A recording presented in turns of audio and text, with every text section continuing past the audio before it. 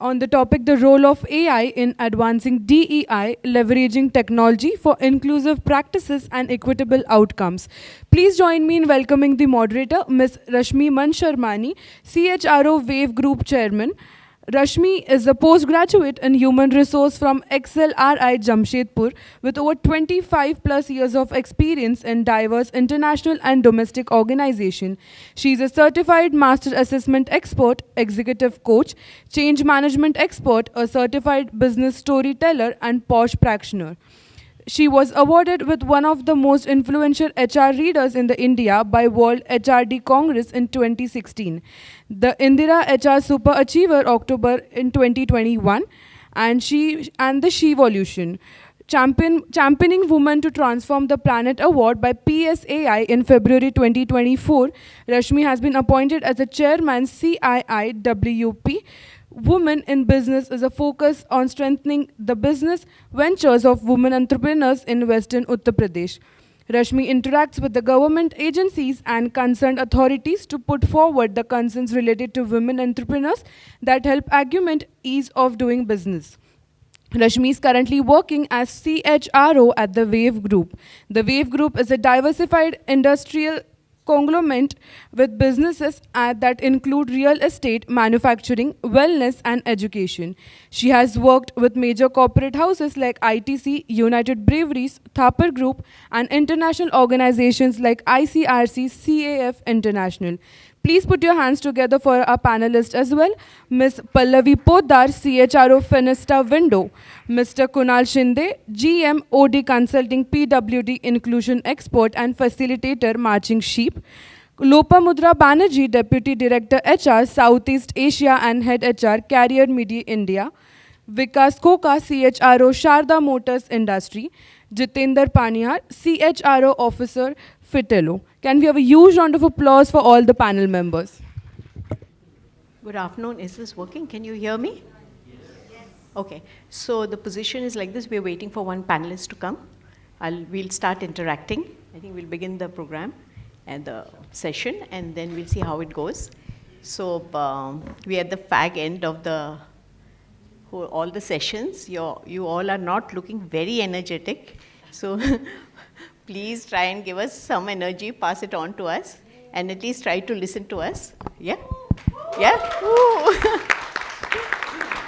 Trust me, we are as exhausted as you are. Yeah. So, but we'll make it interesting for you. Okay, so let's have some fun together. Yeah, you all have heard enough about diversity, inclusion, everything. You know everything. I think you know much more than us. Yeah? So, sure. Yeah, for sure. Collectively? Yeah, collectively, sure. Yes, much, much more. So, we've got like 50 minutes. I think we have 50 minutes left after all this. And so 5 minutes for all the introductions. We've already lost that. And 5 minutes waiting. So we have like 40 minutes left. And I promise you, we'll leave you 5 minutes, at least 5 to 10 minutes earlier before we reach that anxiety threshold that, is this over or not? So we'll give you 10 minutes. So we'll have like 35 minutes left. I think my calculations are okay. So what happens in that? So as a moderator, you don't get much to speak. So I'll speak in the beginning, say 3 to 4 minutes. Yeah? I'll make the most of it, make my points clear. Then a few questions. Sure. Yeah? And we'll deliberate. What is interesting, and the questions will be like a rapid fire, not the Karan Johar types, but yeah? They're very nice, good ones we'll have. Yeah, not the controversial ones, correct. And there'll be a quiz. Okay, so there'll be a quiz, means there'll be some data, because we are speaking about AI, yeah? So there has to be data. And we're going to ask you all some questions. And I'm taking the liberty of announcing something. I don't know if it'll come true or not. I've got like 5 questions. Anyone who answers all 3 of them will get a prize. I don't have the prize. I'm asking the organizers to give. I'm sure they have a lot of prizes around. They must have got some extra ones when they're distributing this. So a prize to a person who answers all 3. Right? Sure. Yeah, so these are all numbers. Let's see who answers them first. So let's begin. Can we begin now? It's okay? Okay. Just a little bit on the topic, you know. It's all about DEI and AI. When you talk about AI, AI is all over the place now. Yeah? And you agree with me. AI has been there for quite some time. But now it's all over the place. It's like a master key, you know, you have that master key which opens everything. So whether it's productivity, or you want to have streamline your processes, or you want anything in innovation, you use AI, and there you are, it helps you. So AI with DEI is something that we are going to speak about. And why should we not use AI in DEI? Because it will help us a lot. It will help us write a new rule book like it's doing for HR as such. We're doing so many things differently today, thanks to AI. We all of us are, agree or not, except for the ChatGPT letters. I'm not talking about those. I'm talking about processes. So it really is helping us. So why should we not use AI for DEI when it can write a new rule book? So that's about it. The second part is that, you know, if you're talking about data, we all know that, you know, when you embrace diversity, you know, it somehow does increase, increase your productivity. And there are figures from various places like McKinsey that says the productivity goes up even by 35%. There's a Gartner report that says that if you have AI with DI, it goes up by 25%, the equitable income. But so you're using AI with DI and you are increasing your productivity, but how many organizations are doing it? If you see the report of PwC, you know, only in India, only 25% of the organizations have incorporated AI into DI. Why they are not doing it? This is one question we will deliberate upon. You know, why are we not using it? We should. Thirdly, so which organizations are using it? I think pioneers were not for AI as such. For DI was Lemon Tree. You all must have discussed this in the morning session, that how they started with, you know, having PWDs. Almost, I think 20% of the staff is, they have as PWDs who work in the hospitality. But you have TCS, you have Infosys, you have Accenture. What do? They use AI for, they use data insights from AI and to reduce the bias in hiring and much more. We'll discuss that later. That's how it works. So my last point that I'd like to say, emphasize, I think it has, everyone mentioned, I heard someone mention, why do people use, you know, why do people say that when they're doing DI, it's like a, it's like a check box. This is a mandate.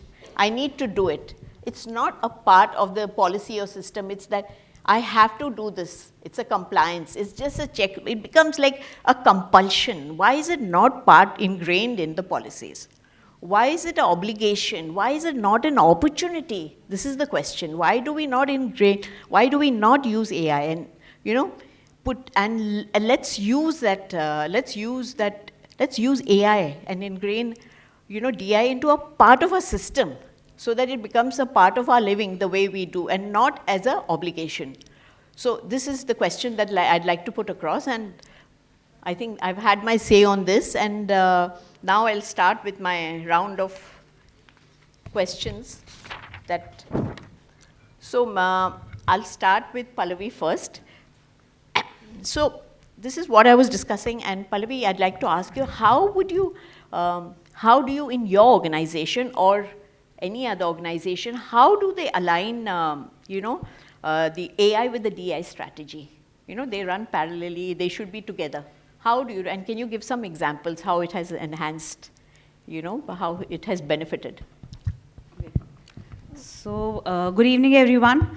And I think it's a pleasure. I know this is post-lunch, and, I think very nicely said that, we have to keep everybody awake with a lot of energy.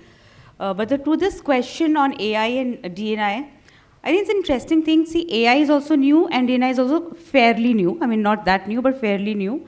So everybody is still gambling and still rattling that, what exactly needs to be done for AI, what needs to be done for DNI, how do we marry two things together, and there's a lot of things going on consciously, few things that started. So I'll just take a very simple example of what happened in one of the previous organization where we started talking about that, let's have more and more gender in the organization, and how can that happen when you provide the CV and just remove the male, female from the CV. Now that used to be very manual. So I'm giving a very, very lame and simple example that is, and today with AI, now that's the first thing that can happen immediately. You can just remove the gender and automatically CVs can go. And I think that is enabling, this is faster, more productive. And so that's one part of how it is getting integrated. But I just step back again, that why are we using AI?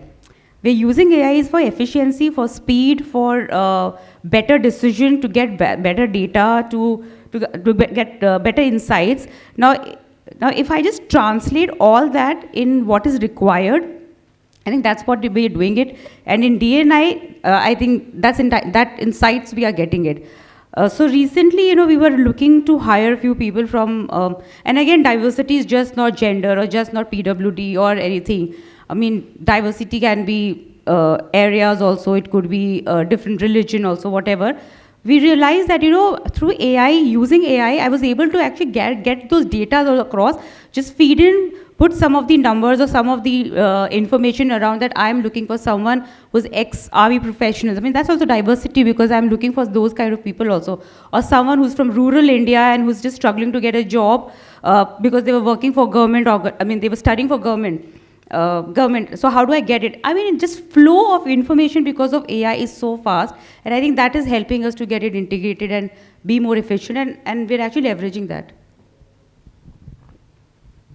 Thanks, Pallavi. I think you gave very good examples, especially the first one that you said, that you're removing the names. It sounds very simple, but it really helps a lot.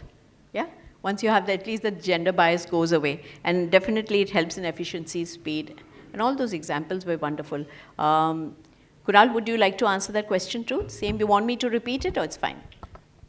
No, if it is in terms of strategy, I think, so before even we address that, I think I want to address something. AI is largely misunderstood, and let's just break it down. It has two parts, artificial and intelligence.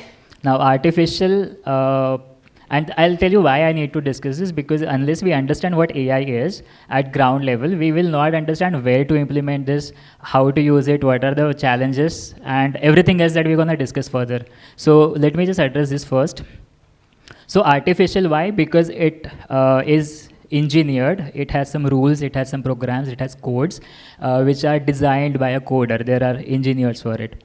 And why intelligence? Because it's adaptive learning process. It learns over a period of time. It generates insights. It provides you recommendation. It can identify themes, patterns. It can help you with decision making because, and it learns with you.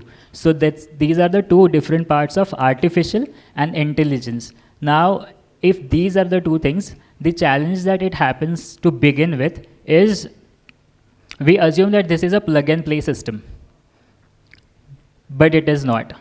The process of using AI is not like, okay, even before that, and I may go like, little around, but just please be with me. We all have used washing machine, automatic washing machine. All of us have used it. That's a simple example of AI. It has rules, basis the load, it identifies what is the water level required. It has different functions, so basis the fabric, it identifies the wash cycle required. That is the state of AI that we have used, so it has been there with us. Now, that in itself is a plug and play system.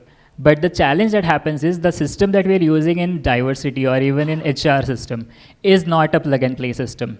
It learns, the learning system happens at 3 levels. First is when the engineers are putting those rules, putting those codes together.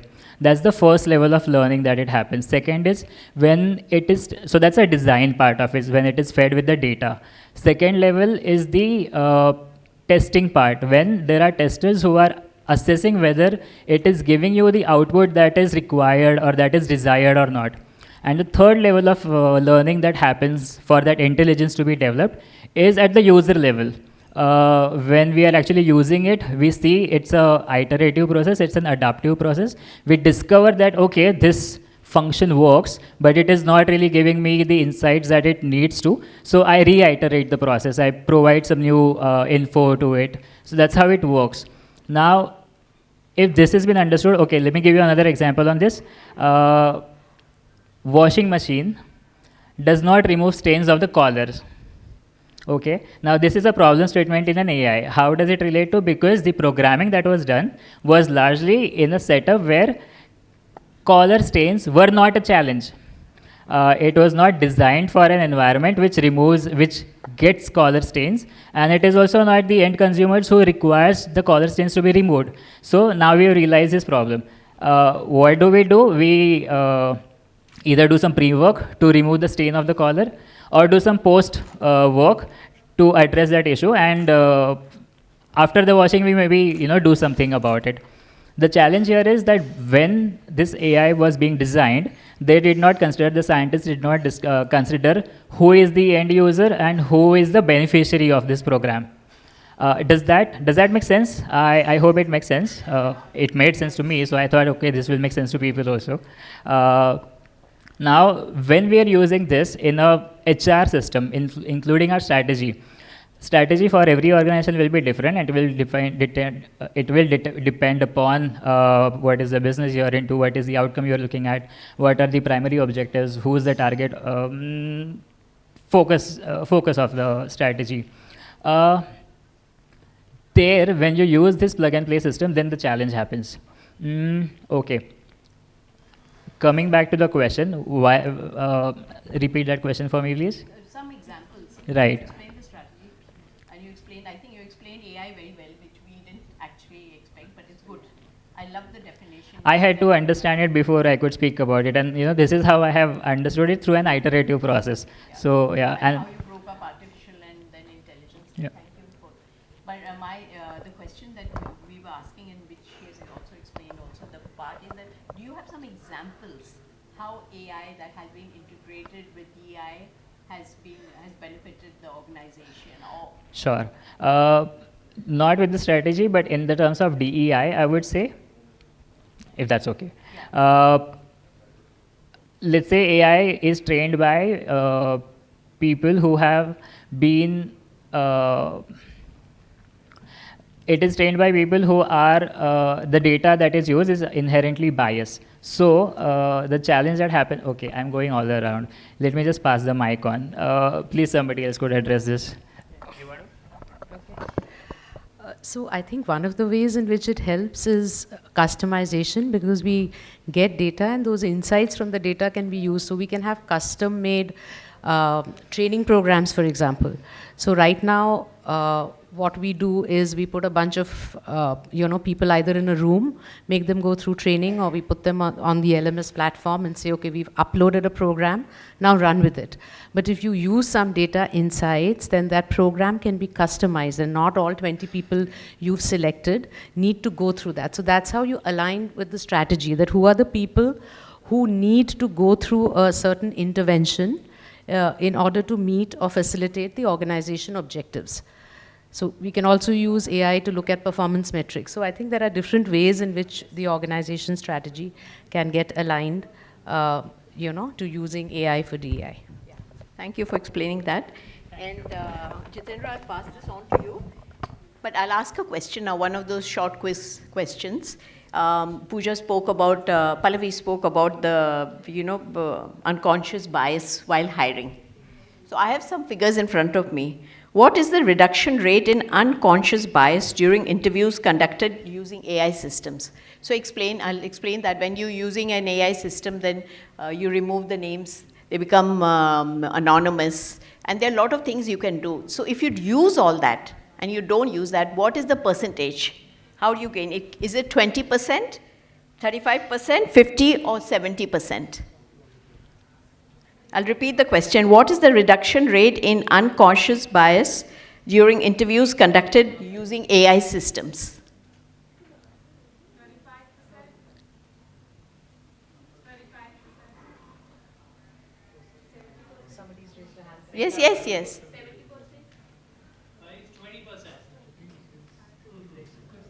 One last try, please. The last option. Now there's only one option left. So that's the option I have said. So no. Yes, please. Personality cannot be quantified. It's not a standard matrix. Every person has a different personality. Right. Number two, there are contiguous biases that assessor has. Now, how he overcomes that is through understanding every parameter of personality that you have customized for the industry for selection. That's the only way. If I say A is going to help you, yes, it's going to help you in getting the data and the selection rate and the rejection rate and all. But personality by itself cannot be quantified because each human being has a different personality, and the interpretation of manifestations for that personality has to be carefully, modulated and checked. Very well said. Very well said. That human connect needs to be there where you can, So, but this is just number. This was a survey done. Yeah. So there's a source of a survey. I'll explain to you later where we got this data from. So it clearly says that there's a reduction of 50%. No one said that. So out of 5 of those questions, 1 is gone. The gentleman said that at the last. Anyone said 50%? You said 50%. I said the last option which was left best of them. Yeah. So sorry, that won't be counted. So we've got 4 questions left. Anyone who answers 3 will get a prize. Okay. Jitender, over to you. Yeah, if you can give us some examples how AI has helped the So I think you want me to answer the first question, or you have another question in store? I have many questions, but I thought this one will be taking examples from everybody, Sure. So maybe a very brief answer on that. Sure.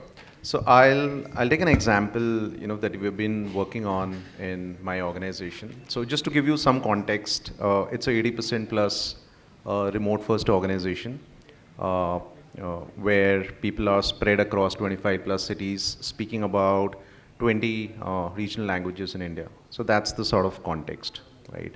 Now, how AI comes into picture is, our ability to understand what are the aspirations of those people are, because it's an organization which has about 1,500 employees, and that's a context of where the employees are spread. So we use AI to be able to understand the sentiments of people, what people feel, what's the pulse of the organization, what are the aspirations. So we run these quarterly conversations, and these are AI chatbot conversations, which helps us to understand every quarter, how are we doing as a culture, and some of those cultural sentiments. So one very interesting takeaway that I would like to quote, was noticed by me. So we hired, about 20 people from the state of Hyderabad, Telugu-speaking folks. And we have a pretty structured training program, and that was the first batch of non-Hindi, non-English audience that we hired. So it's a 3-week sort of a training program. And after the program got over, we got certain feedback. Now, one of the feedback that we observed, basis the quarterly conversations, was that we did not feel included. Included. And the reason was very, very simple, right? The examples were pretty simple. The entire training program was either conducted in English, or majority of the trainers were speaking in Hindi. Now, while the organization, was headquartered in, NCR, we built a team of about 600 people, but the character and the DNA of the organization still continued to remain pro-Hindi, right? And when we moved to a newer territory, while we were trying to build our processes, we were also trying to enforce some of these processes. But process alone does not take care of these things, right? But when we conducted, this mechanism, this is where this observation came out. And this prompted us to think through and prompted us to relook at the entire mechanism, not just the training mechanism, but also, how we look at some of our other cultural processes, right? Because and that's something, which is the beauty of, this AI application, because it came back to you, it reported, what was being observed and found, so that you can take some targeted calls, right, in solving that. So for me, that was, one of the closest example that I could cite.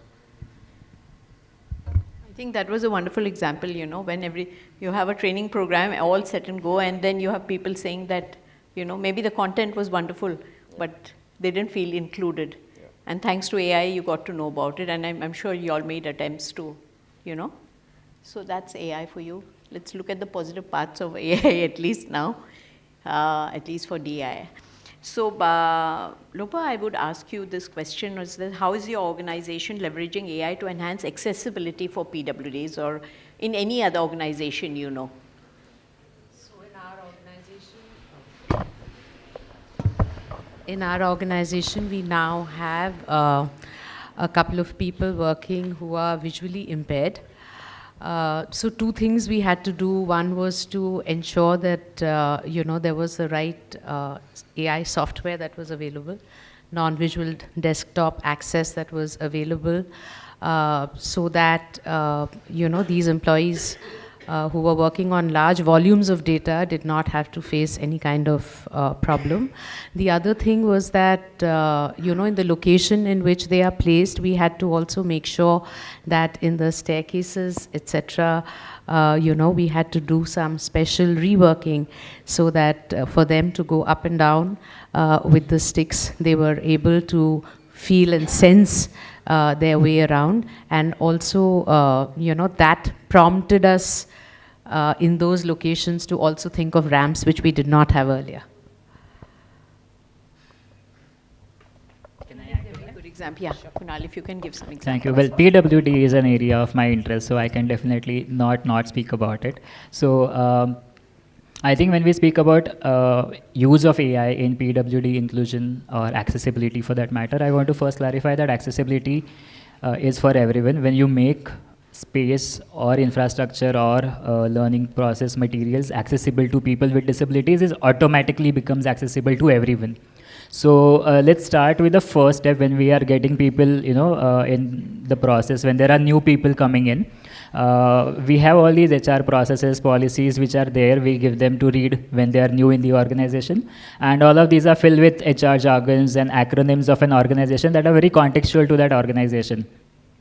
What a lot of AI-enabled systems can do is simplify these to make it easy to understand for anybody who are new to that organization also. And this would also not just be helpful for those who are new, but also to those who have learning disabilities or you know, dyslexia, dyscalculia, dysgraphia. It just takes text to a more user-friendly manner where everybody can understand it. So that's from learning disability or even mental health illnesses, autism spectrum disorder perspective. If we look at hiring, now hiring could be at hiring could be at two levels. One is sourcing and other is the interview process in itself. Now HR there could definitely screen a diverse set of resumes for you without bringing that human bias into it. And something like that was already discussed in the previous panel, that, you know, what if when the tire hits the road, when, you know, the person is actually in front of you.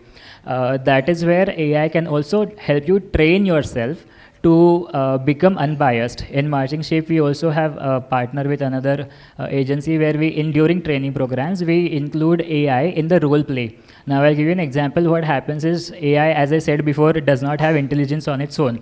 So when we were including these role plays, the response from the AI was very generic. They were very compliant, conforming, and grateful, the responses. Whereas the difficult situations in a conversation like interview or even performance review conversations, the responses from employee are not the same. So we had to partner with the agency to really train the AI to get it sorted and respond in a manner that generally an employee responds, which are not very conforming, not very, not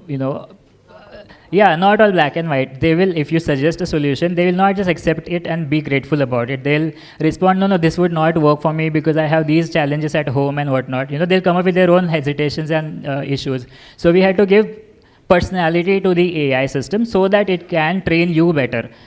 So that's something that we do, and so it takes you it not only identifies right resumes for you without the biases, but it can also build your capacity to conduct interviews that are bias free. It can also monitor these interviews and give you a feedback on, these were the things that you did well, these were the things that you need to work upon. So going forward, you can be mindful about it. Taking it forward, and this is for all people, again, not just with people with disabilities, but for people with disabilities, it needs to be mindful about what are those accommodations that you need to have, that are you ready for it? It can preemptively provide you those responses after assessing and engaging with a potential candidate, and keep you ready to address it when you're actually delivering or conducting an interview. Same is true for, let's say, he spoke about sentiment analysis. It's also similar like in the, or maybe let me just take a pause here and also give somebody a response. If something more comes to me, I'll respond to it. Yeah, thank you for that. But I love that line that you said, personality to AI systems. Yeah? It helps. I mean, the other things follow as a process, but if you give a personality to the AI system, this is a word that I learned today. Thank you. Jitendra, would you like to add something to this? On accessibility? Is it in your organization or some other organization that? I think definitely with the advent of AI, there has been a lot, happening on this front, and this is all for the good part, right? Because by virtue of the kind of systems that we are playing with, the kind of data that we have access to, the kind of spread visibility, that not just organizations but also tools have enabled. This is one area of problem which have been solved pretty significantly. And I think there is one tool that I've seen pretty good at play, Microsoft Copilot, especially for people with, I would not say disability, but with different abilities. Now, it is very, very contextual to any organization, right? So if, I am part of a retail organization, and if I have people, who can't speak, right? So maybe an AI application works very, very different to, an organization wherein, people can't read, right? So I think there are a few tools, which are really doing pretty well, in terms of improving and enhancing accessibility, not just to a certain strata of people, but I guess, across strata of organizations. Yeah. Yeah. You want to add something? If you have time. Sure. So this is why I make notes. I can't trust my memory. I have a very fast processing memory, but very small flash memory. That's what it's called? Anyway, so if we talk about accessibility again for people with disabilities, then I've come across something like the staircases that can be converted into ramps after sensing. It has a sensor, and if a wheelchair reaches out, it reaches in front of it, a part of the staircase converts, and it is for smaller objects like this. It converts into a wheelchair. So it converts into a ramp. Thank you so much. So that's another example of accessibility. We have screen readers. We have which is for visually impaired people, and also now we have these visual, what do you call it? Image readers, because a lot of people, and that's also a practice that we need to do when we are delivering trainings, because a lot of people with visual impairment cannot visualize how we see, especially those who were born with sight, but then eventually they lost their sight, or anybody of us could lose a sight, or could become a person with disability because of sickness, injury, or just age also for that matter. So keeping that in mind, this practice of using these descriptors for websites is another thing that aids into a communication. We have these speech to text softwares. Live transcribe and notification is a free Google app that I recommend during my trainings in sensitization for engaging with people with hearing impairment or people who are deaf, because it's a wonderful app that just captures your English, and now it has different dialect. It recognizes different dialects and accents also. So, and it can also translate English into regional languages. So that's another example. There are a lot. Yeah, visual descriptors I was talking about.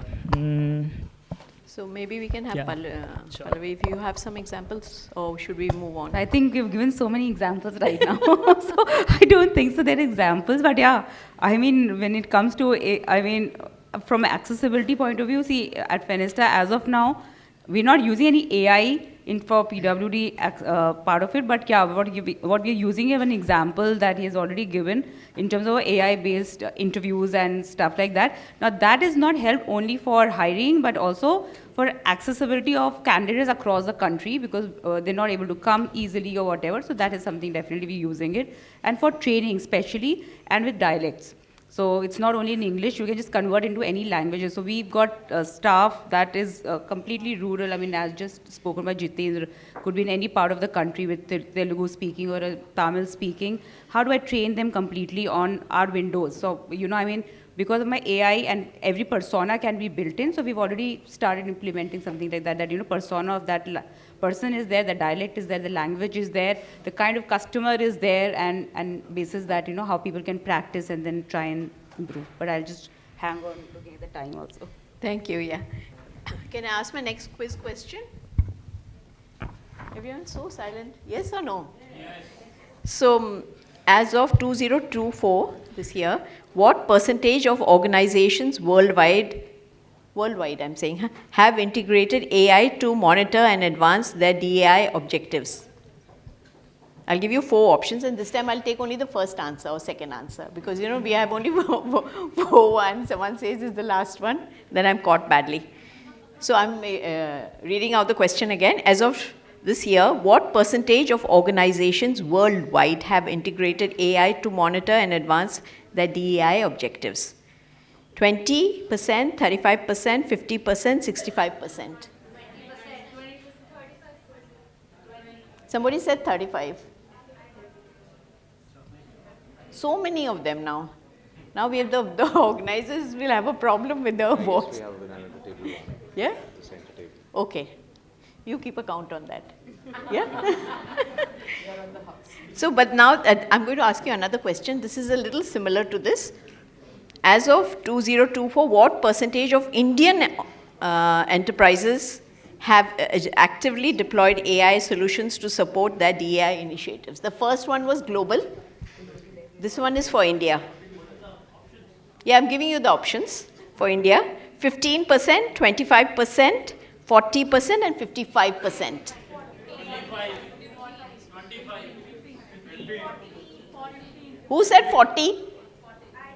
Yeah? She's got 2 questions right. I'm looking out for the organizers. Very good. Yeah. Thank you. We've got one more set, but we'll come to that later on. Let's keep you guessing. Okay. So, are we still waiting for the panelists? One more? No, I don't think. Yeah? I think we should continue. We should continue? Yeah. We've got how many minutes left now? I think it shows time's up. Acha. Time's up. So one last question. How come it's time up? Yeah, there's some mix-up, I think. No? Okay, that's it. Doesn't matter. We are happy. So, if this is to all of you, if you were to recommend one immediate action to the audience for leveraging AI to advance DI, what it would be? One. I'll start with you, Jitendra. I think, repeat the question for? If you were to recommend one immediate action to the audience for leveraging AI to advance DEI, what would it be?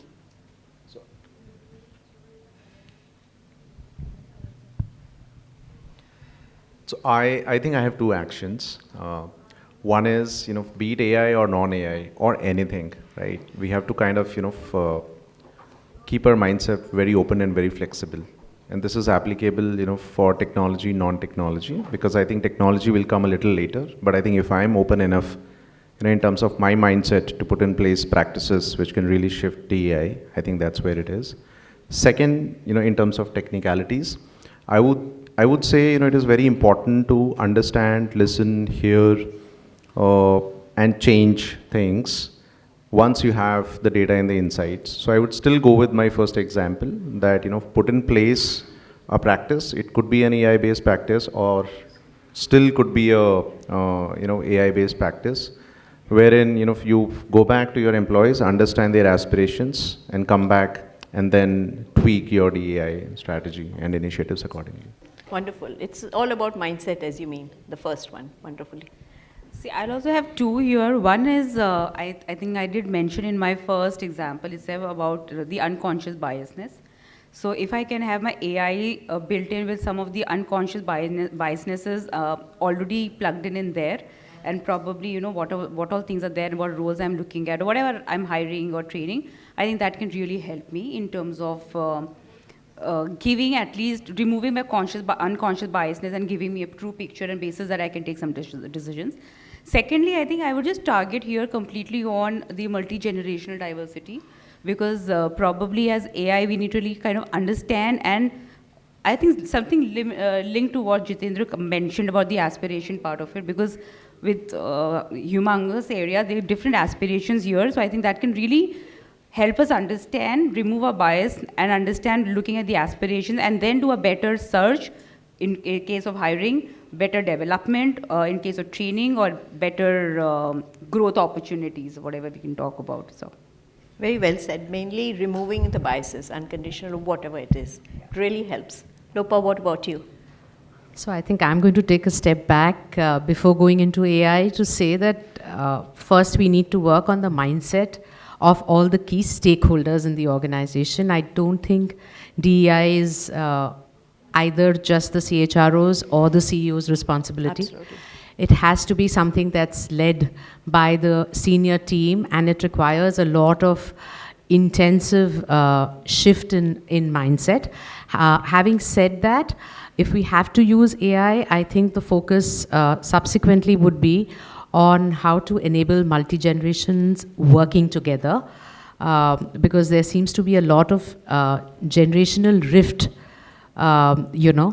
between the Gen Z and the older generation in terms of working together in a team. So I would look at seeing how we can leverage that more effectively. Very well said. I think both the points are very important. Mindset of all the stakeholders and working together. Thank you. Yes. I'll speak about two tools that we use every day, but we haven't figured it out how we can optimize it from an AI and from inclusion perspective. We all use emails, we have all signatures, but we don't add either, let's say, how is our name pronounced. So we can add and we can integrate this with AI.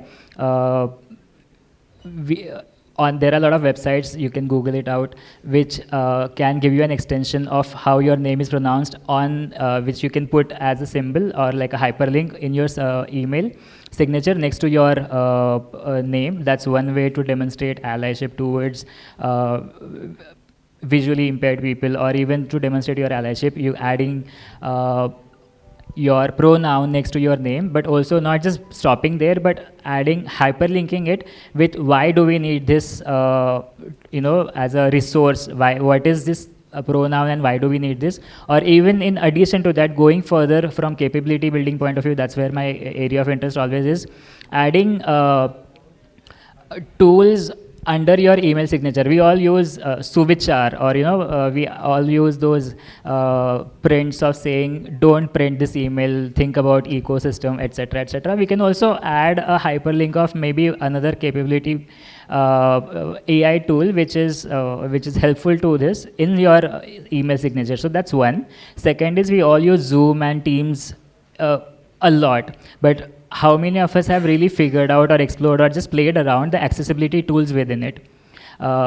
Not a lot of us, and not very often. So, that's another thing that you can do, explore it, play around, and really see what is there in it, how can you use it, and make it a practice, because we don't know, a lot of people have issue with comprehending. They may not have self-diagnosed. A lot of adults have not diagnosed themselves for, let's say, ASD or learning disabilities or neurodiversity, ADHD, etc. It really helps to put, if there are these captions that are there, live captioning, or even these note takers that he spoke about, those tools which are there already existing in your teams and Zoom, start exploring it. I think these are the two really actionable takeaways that I would want to share.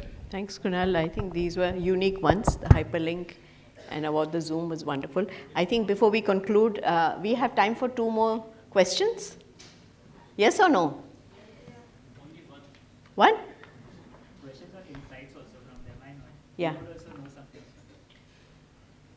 What percentage of women globally are actively leading AI initiatives focused on DEI? I'll repeat it. What percentage of women globally are actively leading AI initiatives focused on diversity, equity, and inclusion? Yeah? So I'll give you the options. 12%, 20%, 26%, and 35%. 12%. Who said 12%? Correct. So she's gone. She's gone. Where are the organizers? We have, and she's a winner definitely, yeah? Yeah. Real AI. Yes, Renu, right, yeah. I'll still go with the next question, even though you don't want to hear it, but this is important. What percentage of women in India are leading AI-driven DEI initiatives? I'm talking about this year.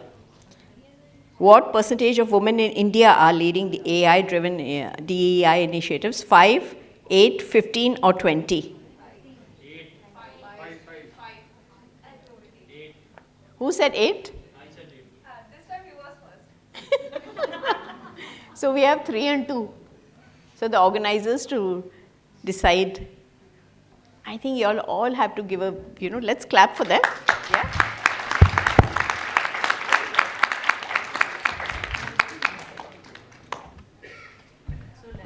Thank you, panelists, all of you all. It has been wonderful. I hope it was an engaging session. We did our best not to make you sleep. Yeah, thank you. Yeah. Thank you.